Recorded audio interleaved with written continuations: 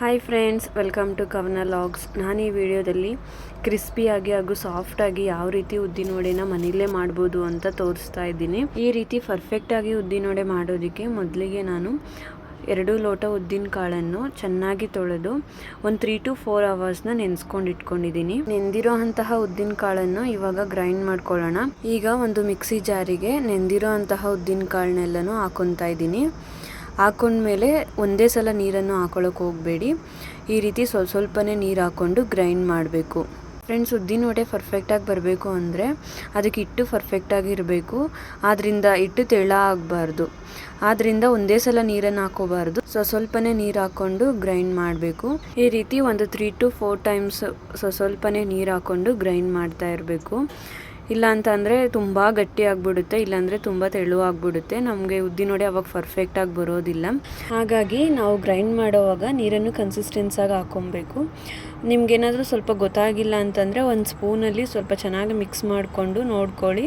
ಹಿಟ್ಟು ಯಾವ ರೀತಿ ತೆಳ್ಳ ಆಗ್ತಿದೆಯಾ ಇಲ್ಲ ಗಟ್ಟಿ ಆಗ್ತಿದೆಯಾ ಅನ್ನೋದನ್ನು ಅಬ್ಸರ್ವ್ ಮಾಡಿ ಸ್ವಲ್ಪನೇ ನೀರು ಹಾಕ್ಕೊಂಡು ಗ್ರೈಂಡ್ ಮಾಡಿ.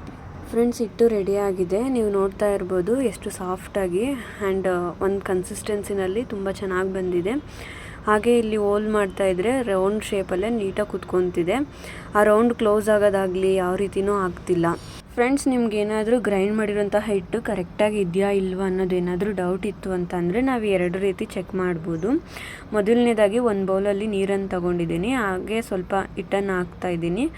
ಅದು ಈ ರೀತಿ ಸ್ವಲ್ಪ ತೇಲ್ಬೇಕು. ಆವಾಗ ನಮಗೆ ಹಿಟ್ಟು ಪರ್ಫೆಕ್ಟಾಗಿ ಬಂದಿದೆ ಅಂತ ಕನ್ಫರ್ಮ್ ಆಗುತ್ತೆ. ಹಾಗೆ ಇನ್ನೊಂದು ರೀತಿ ಯಾವ ರೀತಿ ಚೆಕ್ ಮಾಡೋದು ಅಂತ ಅಂದರೆ, ಈ ನಾವೆಲ್ಲ ಗ್ರೈಂಡ್ ಮಾಡಾದಮೇಲೆ ಈ ರೀತಿ ಒಂದೇ ಲೆವೆಲ್ನಲ್ಲಿ ಹಿಟ್ಟನ್ನು ಈ ರೀತಿ ಟ್ಯಾಪ್ ಮಾಡೋವಾಗ ಅದು ಬೌನ್ಸ್ ಆಗುತ್ತೆ. ಆ ಬೌನ್ಸ್ ಕರೆಕ್ಟಾಗಿ ಆಗ್ತಿದೆ ಅಂದರೆ ನಮ್ಗೆ ಹಿಟ್ಟು ಪರ್ಫೆಕ್ಟಾಗಿ ಇದೆ ಅಂತ ಅರ್ಥ. ಫ್ರೆಂಡ್ಸ್, ಈ ಉದ್ದಿನ ಕಾಳನ್ನೆಲ್ಲನೂ ಗ್ರೈಂಡ್ ಮಾಡಿ ಹಿಟ್ಟು ರೆಡಿ ಆದಮೇಲೆ ನಾನಿವಾಗ ಒಂದು ಪ್ಯಾನ್ನಲ್ಲಿ ಆಯಿಲ್ ಹಾಕ್ತಾಯಿದ್ದೀನಿ. ಉದ್ದಿನ ವಡೆ ಮುಳುಗುತ್ತೆ ಅನ್ನೋ ಅಷ್ಟು ಆಯಿಲ್ ಹಾಕ್ಕೊಂಡ್ರೆ ಸಾಕಾಗುತ್ತೆ. ಹಾಗೆ ಎಣ್ಣೆ ಕಾಯೋಷ್ಟರಲ್ಲಿ ನಾನಿಲ್ಲೊಂದು ಸ್ವಲ್ಪ ಕರಿಬೇವು, ಕೊಟ್ಟಿಟ್ಕೊಂಡಿರೋಂತಹ ಮೆಣಸು, ಸಣ್ಣದಾಗಿ ಕಟ್ ಮಾಡಿರೋಂತಹ ಶುಂಠಿ ಹಾಗೂ ಹಸಿಮೆಣಸಿನ್ಕಾಯಿ, ಹಾಗೆ ಕೆಲವೊಬ್ಬರು ಸಣ್ಣದಾಗಿ ಕಾಯಿನೂ ಕಟ್ ಮಾಡಿ ಹಾಕೊತಾರೆ. ನಾನಿಲ್ಲಿ ಕಾಯಿ ಹಾಕ್ತಿಲ್ಲ. ಹಾಗೆ ಸ್ವಲ್ಪ ಸೋಡಾ ಹಾಗೂ ರುಚಿಗೆ ತಕ್ಕಷ್ಟು ಉಪ್ಪನ್ನು ಕೂಡ ಹಾಕ್ಕೊತಾ ಇದ್ದೀನಿ. ನಾನಿಲ್ಲಿ ಉಪ್ಪು ಸೋಡಾ ಹಾಕಿದ ತಕ್ಷಣವೇ ಸ್ವಲ್ಪ ಮಿಕ್ಸ್ ಮಾಡ್ಕೊತಾ ಇದ್ದೀನಿ. ಈ ರೀತಿ ಚೆನ್ನಾಗಿ ಉಪ್ಪು ಸೋಡಾನ ಮಿಕ್ಸ್ ಮಾಡ್ಕೊಂಡ್ಬಿಟ್ರೆ ಆಮೇಲೆ ಇನ್ನು ಮಿಕ್ಕಿದೆಲ್ಲನೂ ಹಾಕ್ಕೊಂಡ್ರೆ ಉಪ್ಪು ಮತ್ತು ಸೋಡಾ ಚೆನ್ನಾಗಿ ಮಿಕ್ಸ್ ಆಗುತ್ತೆ. ಈಗ ಕಟ್ ಮಾಡ್ಕೊಂಡಿರೋಂತಹ ಶುಂಠಿ, ಹಸಿಮೆಣಸಿನ್ಕಾಯಿ, ಮೆಣಸು ಹಾಗೆ ಕರಿಬೇವು ಇದೆಲ್ಲನೂ ಹಾಕ್ಕೊಂಡು ಒಂದು ರೌಂಡು ಚೆನ್ನಾಗಿ ಈ ರೀತಿ ಮಿಕ್ಸ್ ಮಾಡಿಕೊಂಡ್ರೆ ಪರ್ಫೆಕ್ಟಾಗಿರೋಂತಹ ಉದ್ದಿನ ಹಿಟ್ಟು ರೆಡಿ ಆಗುತ್ತೆ. ಫ್ರೆಂಡ್ಸ್, ಫೈನಲಿ ಉದ್ದಿನ ಹಿಟ್ಟು ರೆಡಿ ಆಗಿದೆ. ಹಾಗೆ ಈ ಕಡೆ ಎಣ್ಣೆ ಕೂಡ ಕಾದಿದೆ. ಈ ರೀತಿ ಸ್ವಲ್ಪ ಹಿಟ್ಟನ್ನು ಹಾಕ್ಕೊಂಡು ಎಣ್ಣೆ ಕಾದಿದೆಯಾ ಇಲ್ವಾ ಅನ್ನೋದನ್ನು ಚೆಕ್ ಮಾಡ್ಕೊಳ್ಳಿ. ನೋಡ್ತಾ ಇರ್ಬೋದು, ನಾವು ಹಿಟ್ಟು ರೆಡಿ ಮಾಡ್ಕೊಳ್ಳೋ ಅಷ್ಟರಲ್ಲಿ ಎಣ್ಣೆ ಕೂಡ ಕರೆಕ್ಟಾಗಿ ಕಾದಿದೆ. ಫ್ರೆಂಡ್ಸ್, ಎಣ್ಣೆ ಕಾದಿದ ಮೇಲೆ ಈ ರೀತಿ ಕೈಯನ್ನು ಒದ್ದೆ ಮಾಡಿಕೊಂಡು ರೌಂಡ್ ಶೇಪಲ್ಲಿ ಹಿಟ್ಟನ್ನು ತೆಗೆದುಕೊಂಡು ಈ ಮಧ್ಯದಲ್ಲಿ ಈ ರೀತಿ ನೀಟಾಗಿ ಹೋಲ್ ಮಾಡಿ ಒಂದೊಂದಾದಮೇಲೆ ಒಂದೊಂದು ನೀಟಾಗಿ ಎಣ್ಣೆ ಒಳಗಡೆ ಬಿಡ್ತಾ ಹೋಗಬೇಕು.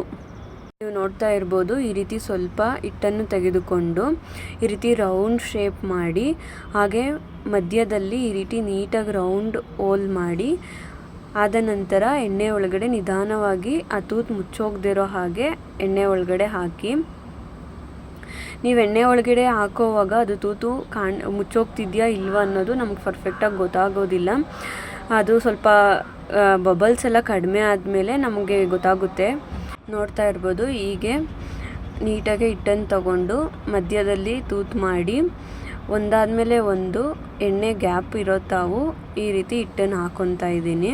ಫ್ರೆಂಡ್ಸ್, ಈ ರೀತಿ ಉದ್ದಿನ ಹಿಟ್ಟನ್ನು ರೌಂಡ್ ಶೇಪಲ್ಲಿ ಕಾದಿರೋ ಅಂತಹ ಎಣ್ಣೆ ಒಳಗಡೆ ಹಾಕೋದಕ್ಕೆ ಏನಾದರೂ ಭಯ ಇತ್ತು, ಎಣ್ಣೆ ಸಿಡಿಯುತ್ತೆ ಅಂತ ಏನಾದರೂ ಭಯ ಇತ್ತು ಅಂತಂದರೆ ನಾವು ಈ ಟ್ರಿಕ್ಸ್ನ ಯೂಸ್ ಮಾಡ್ಬೋದು. ಒಂದು ಸೌಟ್ ಮೇಲೆ ಸ್ವಲ್ಪ ನೀರು ಹಾಕಿ ಉದ್ದಿನ ಹಿಟ್ಟನ್ನು ಹಾಕ್ಕೊಂಡು ಮಿಡಲಲ್ಲಿ ತೂತು ಮಾಡಿ ಈ ರೀತಿ ಕಾದಿರೋಂತಹ ಎಣ್ಣೆ ಒಳಗಡೆ ನಿಧಾನವಾಗಿ ಎಣ್ಣೆ ಒಳಗಡೆ ಬಿಟ್ಟರೆ ಅದು ಮಧ್ಯದಲ್ಲಿ ಹೋಲೂ ಕ್ಲೋಸ್ ಆಗೋದಿಲ್ಲ.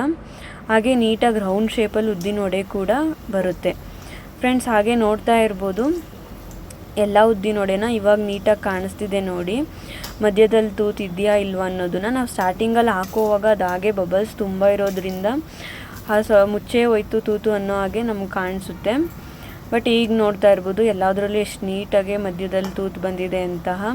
ಹಾಗೆ ಈ ರೀತಿ ಸ್ಟವ್ನ ಮೀಡಿಯಮ್ ಫ್ಲೇಮ್ನಲ್ಲಿ ಇಟ್ಕೊಂಡು ಈ ರೀತಿ ನೀಟಾಗೆ ಸ್ವಲ್ಪ ಲೈಟ್ ಬ್ರೌನ್ ಬರೋ ಹಾಗೆ ಉದ್ದಿನವಡೆನ ಫ್ರೈ ಮಾಡ್ಕೊಳ್ಬೇಕು ಫ್ರೆಂಡ್ಸ್. ನೋಡಿ ಈ ರೀತಿ ಲೈಟ್ ಬ್ರೌನ್ ಬರೋ ಹಾಗೆ ಫ್ರೈ ಮಾಡಿದಾಯಿತು. ಇವಾಗ ಪರ್ಫೆಕ್ಟ್ ಆಗಿರೋಂತಹ ಕ್ರಿಸ್ಪಿಯಾಗಿ ಸಾಫ್ಟ್ ಆದಂತಹ ಉದ್ದಿನವಡೆ ರೆಡಿ ಆಗಿದೆ. ನೀವು ನೋಡ್ತಾ ಇರ್ಬೋದು ತುಂಬ ಚೆನ್ನಾಗಿ ಬಂದಿದೆ. ಓಕೆ ಫ್ರೆಂಡ್ಸ್, ನೋಡಿದ್ರಲ್ಲ ಎಷ್ಟು ಈಸಿಯಾಗಿ ಹಾಗೂ ಪರ್ಫೆಕ್ಟಾಗಿ ಉದ್ದಿನವಡೆನ ಮನೆಯಲ್ಲೇ ಮಾಡ್ಬೋದು ಅಂತ. ಹಾಗಾದರೆ ನೀವು ಒಮ್ಮೆ ಮನೆಯಲ್ಲಿ ಟ್ರೈ ಮಾಡಿ ಹಾಗೂ ಕಮೆಂಟಲ್ಲಿ ತಿಳಿಸಿ ಯಾವ ರೀತಿ ಉದ್ದಿನವಡೆ ಬಂತು ಅಂತ. Okay friends, thank you for watching. ಹಾಗೆ ಈ ವಿಡಿಯೋ ಇಷ್ಟ ಆಗಿದ್ದರೆ ಪ್ಲೀಸ್ ಲೈಕ್ ಮಾಡಿ, ಶೇರ್ ಮಾಡಿ, ಹಾಗೆ ಸಬ್ಸ್ಕ್ರೈಬ್ ಮಾಡಿ.